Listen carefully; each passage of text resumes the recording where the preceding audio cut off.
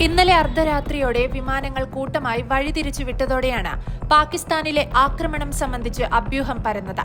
ഇതേ സമയത്തു തന്നെ പാകിസ്ഥാനോടടുത്ത ഇന്ത്യൻ വ്യോമ മേഖലയും ഒഴിഞ്ഞുകിടന്നു. കറാച്ചിയിലേക്കുള്ള ഖത്തർ എയർവേസ് വിമാനവും അവിടെ ഇറങ്ങാതെ മടങ്ങി. ഇതോടെ അമൃത്സറിലേക്കുള്ള 2 അന്താരാഷ്ട്ര വിമാനങ്ങൾ ഡൽഹിയിലേക്ക് തിരിച്ചുവിട്ടതായി എയർ ഇന്ത്യ സ്ഥിരീകരിച്ചു. ശ്രീനഗർ, ജമ്മു, അമൃത്സർ, ലേ, ചണ്ഡീഗഡ്, ധർമ്മശാല, ബിക്കാനീർ എന്നിവിടങ്ങളിലേക്കും തിരിച്ചുമുള്ള വിമാന സർവീസുകൾക്ക് കാലതാമസമോ റദ്ദാക്കലോ ഉണ്ടാകുമെന്ന് വിമാന കമ്പനികളായ ഇൻഡിഗോയും സ്പൈസ് ജെറ്റും മുന്നറിയിപ്പ് നൽകി.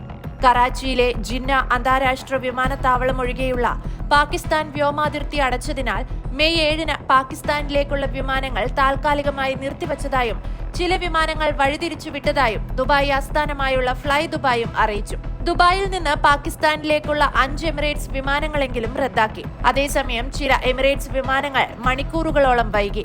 പാകിസ്ഥാൻ വ്യോമാതിർത്തി ഒഴിവാക്കാൻ Lufthansa, air France, British Airways എന്നിവയുൾപ്പെടെയുള്ള മറ്റ് പ്രധാന യൂറോപ്യൻ വിമാന കമ്പനികൾ നേരത്തെ അവരുടെ വിമാനങ്ങൾ വഴിതിരിച്ചുവിട്ടിരുന്നു.